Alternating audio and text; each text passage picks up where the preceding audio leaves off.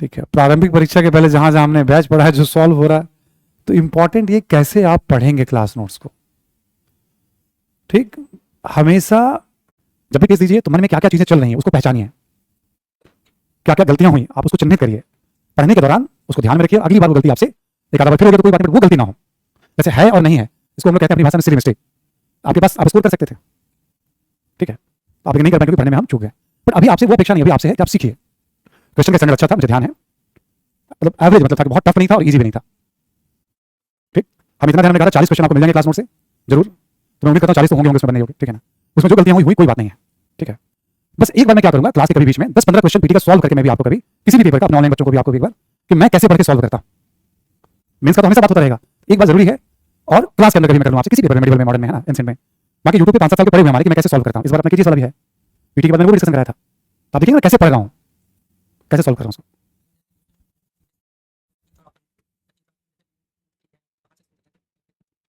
जैसे 3-4 मान लो ऑप्शन आए, 2 सही 3 सही है, तो जो समझ में आ रहा कुछ बाहर से भी इन्फॉर्मेशन थे। हमने क्या बताया था आपको, बाहर वाले इन्फॉर्मेशन आपको अपने कॉपी में ऐड, उसको गलत मत मानिए कि मेरा गलत हो गया, हम जान ही नहीं रहे उसके बारे में, याद है ना। हमने पीटी के 4 स्टेज बताए, कब माने कि आपकी तैयारी बहुत अच्छी है, समझ में आई बात। तो जो जो चीजें आपको नहीं पता थी उसके बारे में क्लास नोट्स में नहीं है, नंबर 1 क्या वो रामचंद्र शर्मा किताब में नहीं है, क्या वो एनसीईआरटी में नहीं है, क्या वो केजीएस के मैटर में नहीं है, तो हमने उसको पढ़ा, उसको रीडिंग कर ली और उसको हमने अपनी कॉपी में ऐड, ऐसे करके पीवाईक्यू और 500 प्रश्नों को बना दोगे आप, तो एंशिएंट हिस्ट्री में फिर कभी आपको थोड़ा सा भी संशय नहीं रहेगा मन में। वो गलत नहीं हुआ आपका, आप जान नहीं रहे, आपके पास जानकारी नहीं है। हमने समझाया था ना अभ्यास में, यही समझाया था मैंने आपको। अब कोई बच्चा मान ली मुझे नहीं आता है तो दबाव में आ जाता है, वो दृष्टिकोण बड़ा जरूरी है। आप नहीं भी प्रैक्टिस करके जाएंगे तब भी यूपीएससी प्री में अच्छा करेंगे आप, बस उसका पीवाईक्यू कम से कम बना लीजिए आप। क्वेश्चन कैसे पूछती है यूपीएससी ये तो पता रहे। हाँ, कोई बात नहीं, बाहर आएगा, आगे भी आएगा बाहर।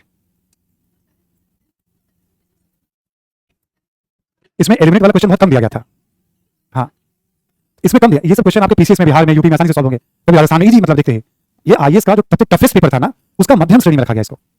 अब तक प्री का जो सबसे टफेस्ट तरीका था उसका एक एवरेज वर्जन बनाया गया था, बहुत इजी भी नहीं बनाया गया था, ताकि आप पढ़ने के दौरान ये समझें कि हम क्लासों से पढ़ रहे तो किस लेवल पे कमांड उसको करना है। देखो यूपीएससी का पेपर, जो प्री का पेपर था पिछले साल का, अब तक के पिछले 15-20 वर्षों में सबसे टफेस्ट माना गया है, और इस साल का जो प्री का पेपर था वन ऑफ द इजीएस्ट माना गया पिछले 15 सालों में। तैयारी हमेशा टफेस्ट को ध्यान में रख के करनी चाहिए कि बहुत टफ होगा तो क्या होगा। जब टफेस्ट पेपर हुआ तब भी तो 10,000 बच्चों का प्री हुआ ना, और इजी पेपर हुआ तभी बच्चों का प्री हुआ। लेकिन ऐसा नहीं है कि इजीएस्ट पेपर नहीं, वैसा पेपर भी आ सकता है, वो तो इजीएस्ट बन जाएगा आपसे, ठीक है। तो आप पेपर में था, उनसे हमने बात की टीम से अपनी, ऐसा रखिएगा थोड़ा, तो ताकि आप एक बार थोड़ा चौकन्ना रहेंगे रिवीजन करने में, ठीक है। तो प्रैक्टिस बढ़ा दीजिएगा घर पे, सोचिएगा, ठीक है, कि हम और कैसे रिवीजन करें, इसको हम लिखते रहें, रिवीजन करते रहें हम, जब तक क्लास नोट्स पे कमांड नहीं हो कुछ पढ़ने की जरूरत नहीं है। कोई बात आपको कम समझ में आई है तो पहले कोशिश करिए आप रिकॉर्डिंग क्लास देखने का, मैं अपनी तरफ से समझा रहा हूं, हो सकता है उस समय आपने बात थोड़ा कम समझा, रिकॉर्डिंग क्लास देखने पे भी वो बात समझ में नहीं आए तो मुझसे पूछ लीजिए, ठीक। क्लास नोट्स पे कमांड करिए, प्रैक्टिस करिए, ठीक है। एक स्टूडेंट ऐसा क्लास कभी कभी बोरिंग हो जा रहा है, क्या करें, है ना। अब कपिल शर्मा को शो देख लीजिए बीच में आप जाकर के, ठीक है ना। कपिल शर्मा वाला मैं बताऊंगा, बहुत अच्छा आपका, मैं बताऊंगा आपको, डोंट वरी आप, मैं बता दूंगा किसी क्लास में 2-3 सवालों को लेकर आप, ठीक है। कपिल शर्मा का देखिए, और बहुत सारे लाफ्टर शो वगैरह है, देखिए आप, ठीक है, अच्छा लगेगा आपको, है ना, ठीक है। चलिए आगे बढ़ते हैं हम लोग, ठीक है। टॉपिक लिखें आप, गुप्त काल,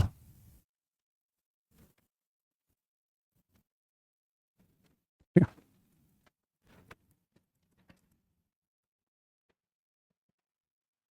275 ईस्वी से 550 ईस्वी, गुप्त वंश का शासन, गुप्त काल भी कहते हैं इसको, है ना। क्या पढ़ना है फिर, सेम फॉर्मेट, ठीक है। यहां पर भी राजनीतिक इतिहास, ठीक है। आर्थिक सामाजिक ज्यादा नहीं है यहां पर भी, आधे घंटे में कंप्लीट हो जाएगा आपका। फिर सांस्कृतिक इतिहास, सांस्कृतिक इतिहास में काफी कुछ है, साहित्य, बड़ी संख्या में साहित्य का संकलन हुआ इस दौर में, ठीक है। स्थापत्य कला भी काफी कुछ है यहाँ, मंदिर स्थापत्य पढ़ेंगे पहली बार हम लोग यहाँ पे, ठीक है। यहाँ हम मूर्तिकला भी पढ़ने वाले हैं, ज्यादा कुछ नहीं बट पढ़ने वाले हैं। चित्रकला जिसमें अजंता के बारे में हम पढ़ने वाले हैं, ठीक। तो साहित्य, स्थापत्य, मूर्तिकला, चित्रकला और धर्म। साहित्य के साथ साथ ही कुछ हम विज्ञान प्रौद्योगिकी की बात कर लेंगे हम, ठीक है। तो ये पढ़ना है। सांस्कृतिक इतिहास काफी समृद्ध है इसका, गुप्तों का मेंस में 2 बार इससे भी प्रश्न आ चुका है, इजी प्रश्न आ चुका है, इसमें से कुछ निकाल के पूछ ले, बताइए आप योगदान, ठीक है। गुप्तों का सांस्कृतिक इतिहास काफी समृद्ध माना जाता है गुप्त काल का। शुरू करते हैं राजनीतिक इतिहास से, थोड़ा परिचय ले ताकि समझ बन जाएगी। ये हमने बताई दिया आपको, आधा घंटा लगेगा, इसमें लग जाएगा 45-50 मिनट, कोशिश करते हैं कवर हो जाए आपका ये, और फिर इसमें टाइम लगेगा थोड़ा सांस्कृतिक इतिहास में, ठीक है। देखिए राजनीतिक इतिहास में पहला पॉइंट लिखे, कुषाणों के पतन के पश्चात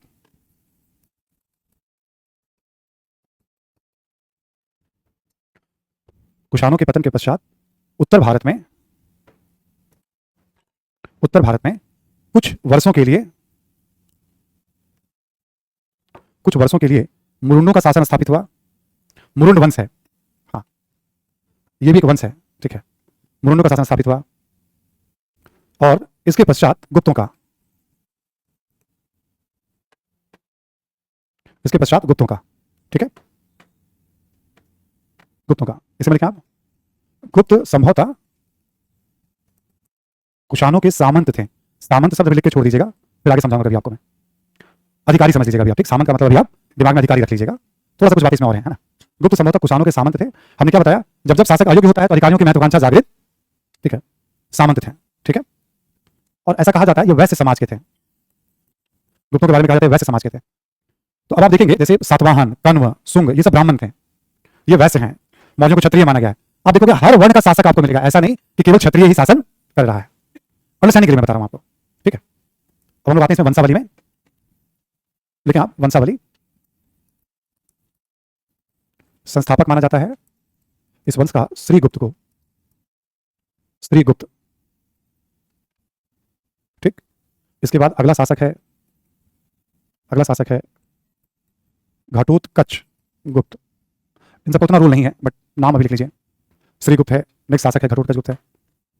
इसके बाद वास्तविक संस्थापक का मतलब होता है कि पुराने वाले शासक से आप कुछ भी लेना देना नहीं है, इंडिपेंडेंट बिहेवियर। पुराने वाले शासक को सम्मान नहीं देने, बट कुछ ना कुछ अभी भी संबंध है।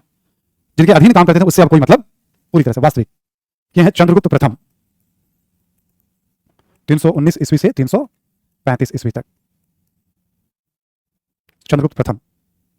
इनके बारे में 2 पॉइंट लिख लीजिएगा आप। एक तो 319 ईस्वी में इन्होंने गुप्त संवत की शुरुआत की, गुप्त संवत की शुरुआत की,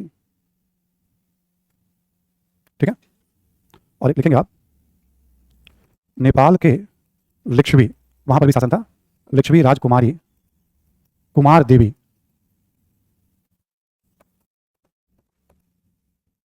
नेपाल के लिच्छवी राजकुमारी कुमार देवी से विवाह। वैवाहिक संबंधों का कभी कभी अध्ययन थोड़ा बहुत ऑब्जेक्टिव में काम आ सकता है ना। तो चंद्रगुप्त प्रथम के बाद लिखे आप समुद्रगुप्त, 335 से 380 ईस्वी।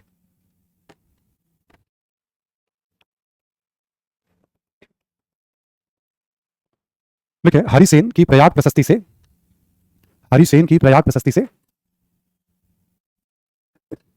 हरिसेन की प्रयाग प्रशस्ति से समुद्रगुप्त की उपलब्धियों की जानकारी मिलती है।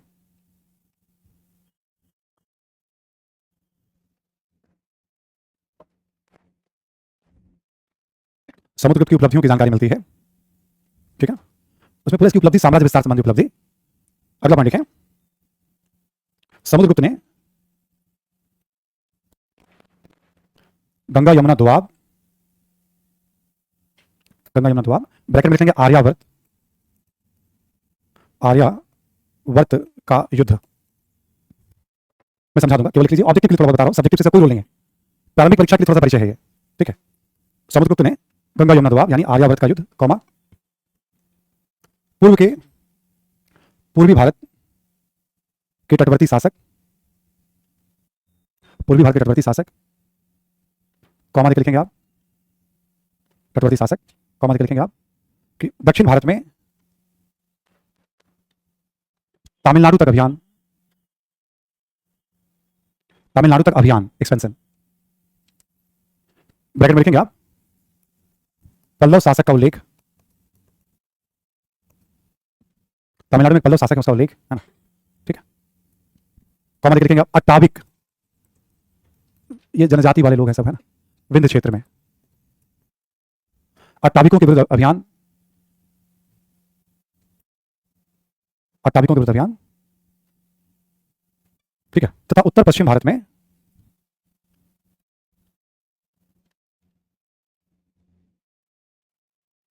ठीक है शकों एवं कुषाणों के विरुद्ध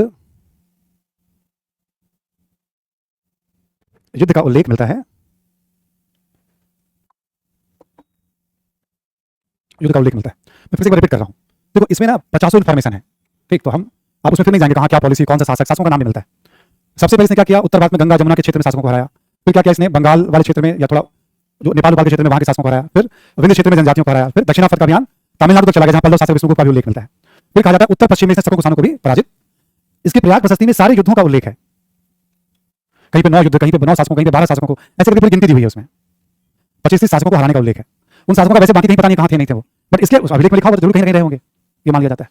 तो इस तरह के प्रश्न आपसे नहीं पूछे जाएंगे। बट समुद्रगुप्त की चर्चा होती है तो ये माना जाता है कि वो बड़ा शक्तिशाली शासक था और उसने साम्राज्य का विस्तार किया था, गुप्तों की सत्ता को उसने शिखर पे पहुंचाया था। कभी जैसे आर्यावर्त है या अट्टाविक है, एक आइडिया सा बना रहेगा, इसने युद्ध किए थे। इसी में अगला पॉइंट लिखें आप, प्रयाग प्रशस्ति के अनुसार, इसमें अगला पॉइंट, प्रयाग प्रशस्ति के अनुसार समुद्रगुप्त को किसी युद्ध में पराजय का सामना नहीं करना पड़ा।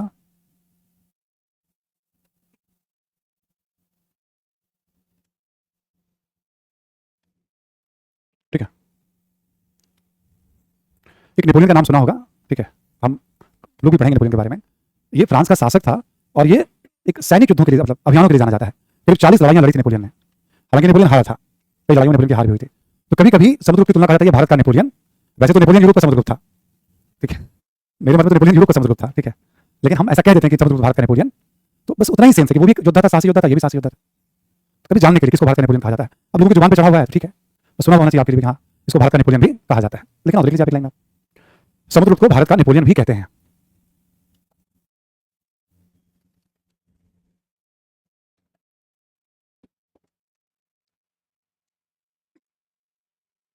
हाँ कर सकते, हाँ कर सकते।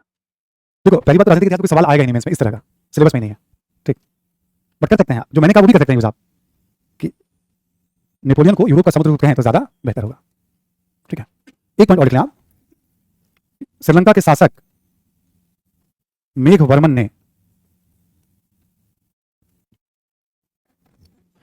ने समुद्रगुप्त की अनुमति से गया में बौद्ध विहार एवं बौद्ध मंदिर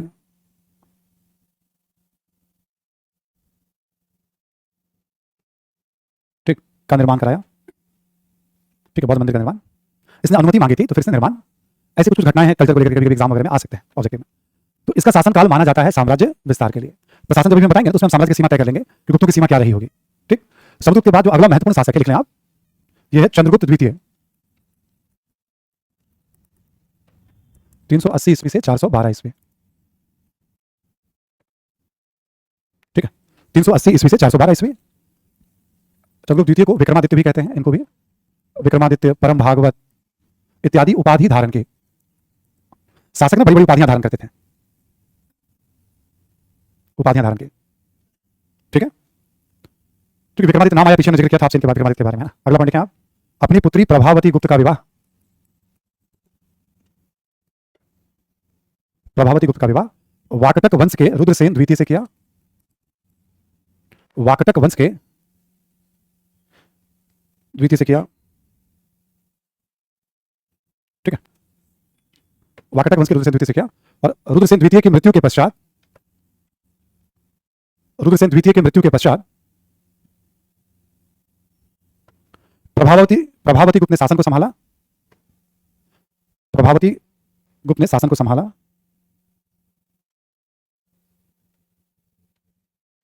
ठीक है, और प्रभावती गुप्त के पिता ने उसके काफी सहयोग दिया। इससे क्या हुआ, महाराष्ट्र पे और गुजरात के कुछ इलाकों पे गुप्तों का प्रभाव स्थापित, बड़ी घटना मानी जाती है। अब देखो वाकटक वंश का रुद्रसेन का नाम यहाँ आया, तो ये लॉजिकली एक नाम आया है, प्रभावती गुप्त के कारण गुप्तों का प्रभाव पश्चिम भारत में स्थापित हो गया था, महाराष्ट्र पे, गुजरात पे। ठीक, नेक्स्ट क्या आप, चंद्रगुप्त के दरबार में 9 विद्वानों या 9 रत्नों का उल्लेख मिलता है। 9 विद्वानों या 9 रत्नों का उल्लेख मिलता है, जिनमें कालिदास, धनवंतरी आयुर्वेद के जानकार थे। ठीक, अभी साहित्य में परिचय हो जाएगा इन सबका। कालिदास, धनवंतरी, अमरकोश, अमर सिंह नॉट कोश है ना, अमर सिंह इत्यादि प्रमुख थे। ठीक है, अमर सिंह इत्यादि प्रमुख थे। अमर सिंह का भी परिचय मैं साहित्य में दूंगा। अमरकोश नामक किताब के लेखक है संस्कृत व्याकरण पे, आज वो किताब बहुत चलती है। पाणिनि पतंजलि की तुलना में अमरकोश ज्यादा प्रचलित है किताब। ठीक, जो दीपावली के पहले धनतेरस त्यौहार मनाया जाता है। ठीक है, अब इनके बारे में है या कोई और धनवंतरी भी है, ठीक है ना, पौराणिक धनवंतरी भी होंगे। ऐसा कहा जाता है कि धनतेरस जो है धनवंतरी जी के उसमें मनाया जाता है और बेहतर स्वास्थ्य के लिए मनाया जाता है, पर लोगों ने उसको धन से और पैसे से जोड़ दिया है। ऐसा मैंने कहीं पढ़ा है, बहुत प्रमाणिक नहीं कह रहा हूं मैं आपको, कि जब ये परंपरा शुरू हुई थी ना धनतेरस की, तो परंपरा शुरू हुई थी बेहतर स्वास्थ्य के लिए। ठीक है, बट धीरे धीरे धनतेरस का संबंध जो है मतलब सोना चांदी और धातुओं से और पैसे से, उसको मतलब हो सकता है स्वास्थ्य को उसमें भी सबसे बड़ा धन माना जाता हो। इसका एहसास तब होता है जब हम बीमार पड़ते हैं, हमारे पास सब कुछ होता है और हम कुछ करने की स्थिति में, बड़े से बड़े जो देखेंगे पैसे वाले लोग हैं मतलब, है ना, रतन टाटा, आप सोचो, मतलब अभी इस समय हिंदुस्तान में उनकी हैसियत तो ऐसी थी, यदि उनके पास समय हो तो दुनिया का कोई ऐसा डॉक्टर नहीं होगा जो उनकी सेवा में उपलब्ध, यदि संभव हो तो। ठीक है, बट चलो एक उम्र थी, और हम मान के चलते हैं कि 80 साल के ऊपर कोई भी है तो फिर वो एक अपना उम्र जी चुका है, आज के समय में यही माना जाता है। अब इतनी जीवन प्रत्याशा है तभी लोग मान पाते हैं इसको, है ना। तो हो सकता है, मैं एक बार रिकन्फर्म करूंगा इसको मैं, ठीक है, धनतेरस का कॉन्सेप्ट ऐसे ही निकला था। ठीक है, धनवंतरी नाम से और भी चिकित्सक हुए हैं आयुर्वेदाचार्य में। तो इसका शासनकाल 9 विद्वानों के लिए बड़ा चर्चित रहा, जिसमें कालिदास को, ठीक है, भारत का शेक्सपियर, फिर वही बात है, शेक्सपियर जो है ब्रिटेन का कालिदास था, ठीक है ना, क्योंकि अंग्रेजों ने इतिहास लिखा है तो उस हिसाब से उन्होंने, मतलब, ठीक है, अब इसको चेंज कर सकते हैं, शेक्सपियर जो था ब्रिटेन का वो कालिदास था। संस्कृत में जो कालिदास है, अंग्रेजी में वो शेक्सपियर है। नेक्स्ट पॉइंट लिखें आप, लिखे पाटलिपुत्र एवं उज्जैन। पाटलिपुत्र एवं उज्जैन शिक्षा के दो महत्वपूर्ण केंद्र थे। शिक्षा के दो महत्वपूर्ण केंद्र थे, ठीक है, ये दोनों शिक्षा के बड़े केंद्र माने जाते थे इसके समय। एक चीनी यात्री है फाहियान, इसको इंपॉर्टेंट वाली श्रेणी में रखिएगा। 399 से 414 ईस्वी तक भारत की यात्रा पर था ये, ठीक है, ठीक है। चीनी यात्री फाहियान ने इस काल में भारत की यात्रा की।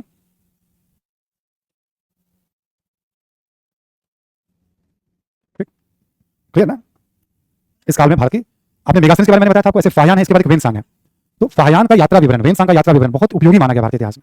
तो जब भी आप किताब पढ़ेंगे, फाहियान ने यदि कुछ कहा तो उसको अंडरलाइन कर दीजिएगा। किताबों में क्या है, 4-5 जगह उसका जिक्र आएगा, वेनसांग का 2-4 जगह जिक्र आएगा किताबों में, है ना। ऐसे तो फाहियान पढ़ो, जैसे जो अपने नोट्स में फाहियान के बारे में काफी कुछ बता रखा है हमने, उतना नहीं जानना है, बस इस काल में आया था। एक और लिखें आप, दिल्ली में मेहरौली का लौह स्तंभ, हाँ, दिल्ली में मेहरौली का लौह स्तंभ, लोहे का स्तंभ, इसी काल का माना जाता है।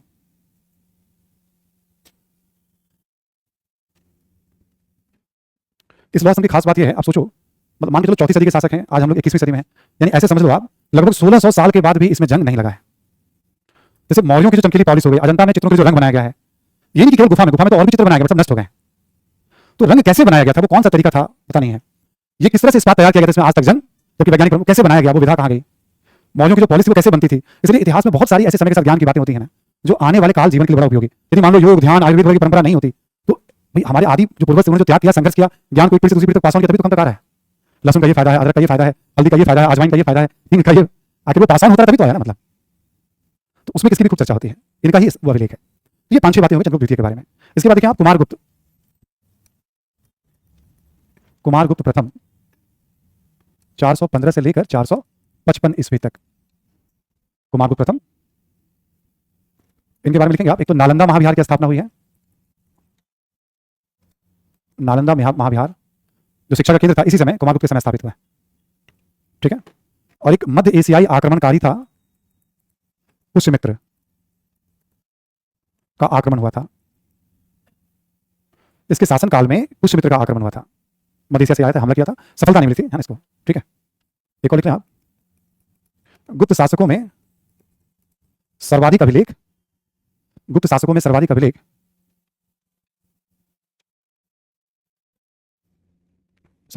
कुमारगुप्त के ही प्राप्त होते हैं।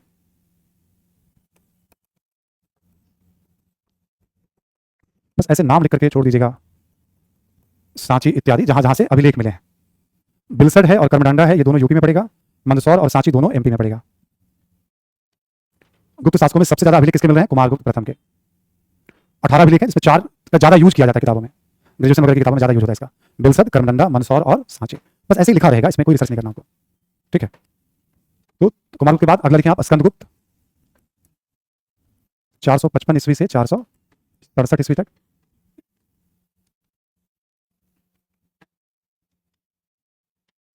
ठीक है। इसके बारे में लिखें आप, स्कंदगुप्त के बारे में, इसके जूनागढ़ अभिलेख से सुदर्शन झील के पुनरुद्धार की जानकारी मिलती है।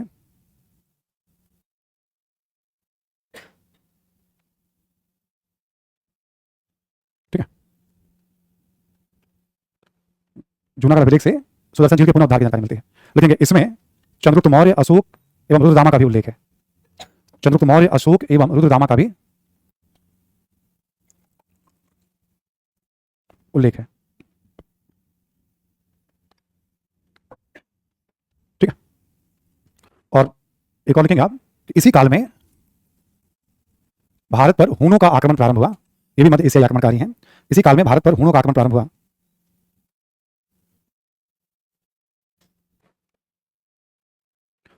अस्कंदगुप्त ने हूणों को पराजित किया था।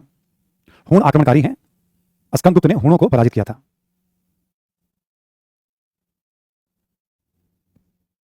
ठीक है। एक इसके बाद भी बहुत सारे शासक हैं, गिनती के शासक के नाम मात्र के, मतलब कुछ कुछ नाम दिए गए हैं नोट्स वगैरह में भी। अंतिम शासक का नाम लिख लें आप। अंतिम शासक विष्णुगुप्त। अंतिम शासक है विष्णुगुप्त। ठीक है। एक थोड़ा सा गुप्तों का वंशावली का परिचय हो गया कि भाई ये सब इससे जुड़ी हुई कुछ कुछ बातें हैं, है ना। अभी समुद्रगुप्त में एक और पॉइंट है, कभी हो सकता है पूछे अश्वमेध यज्ञ कराया था उसने, है ना। आ सकता है, वैसे सिक्के भी उसके मिलते हैं अश्वमेध प्रकार के। ठीक है, वहां भी मेंशन करा दूंगा मैं आपको। अब लिखना प्रशासन के बारे में, गुप्तों का प्रशासन लिखें आप। गुप्तों का प्रशासन एरिया लिख लें आप। यूपी, एमपी, बिहार, ठीक है, बंगाल, ठीक है, इन सब पर प्रत्यक्ष शासन था।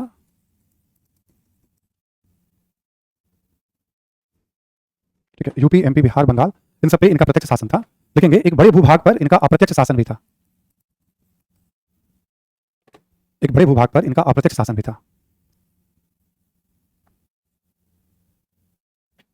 ठीक है, जैसे जब आप कभी किताब वगैरह पढ़ेंगे, जैसे गुप्त शासक थे महाराजाधिराज, जैसे उपाधि धारण कर रहे हैं महाराजों का महाराज, यानी बहुत से ऐसे शासक थे जिसने समुद्रगुप्त की अधीनता मान ली थी। समुद्रगुप्त ने कहा था कि तुम शासन करो, समय समय पर नजराना देते रहना, दरबार में उपस्थित होते रहना, और राज परिवार में अपनी बेटी का विवाह, तो मैं तुम्हें शासन करने की अनुमति प्रदान। तो पता चला वो सब राजा की उपाधि धारण करते, ये राजाओं के राजा हुआ करते थे।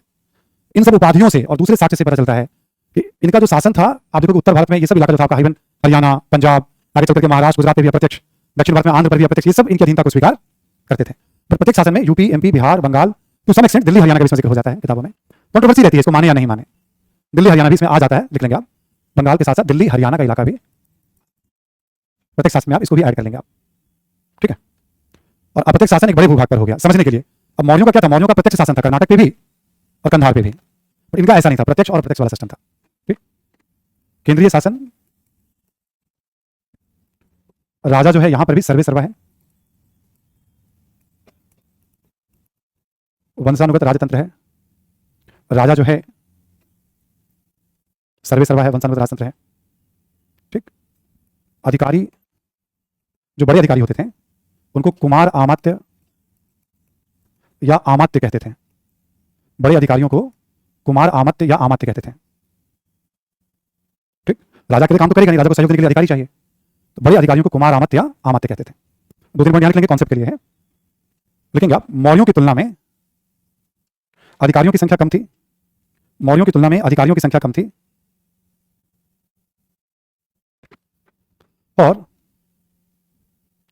एक व्यक्ति के द्वारा या एक अधिकारी के द्वारा दो पद धारण किए जाने तथा पद के वंशानुगत होने का भी उल्लेख मिलता है। पद के वंशानुगत होने का भी उल्लेख मिलता है।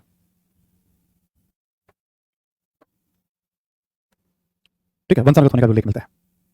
ठीक है, मतलब ये बता रहा है कि मौर्यों की तुलना में संख्या भी कम है, अधिकारियों के नंबर एक कॉन्सेप्ट, एक ही व्यक्ति दो तीन पद धारण कर दे रहा है, यानी राजा उतना पावरफुल नहीं है, प्लस वंशानुगत, उसके बाद उसका बेटा इस पद को, यानी चीजें बदल रही हैं। फिर दो चार नाम वगैरह हैं, कल चर्चा में जारी रखूंगा क्योंकि ऑनलाइन वाले बच्चों की दूसरी क्लास भी हो जाती है ना।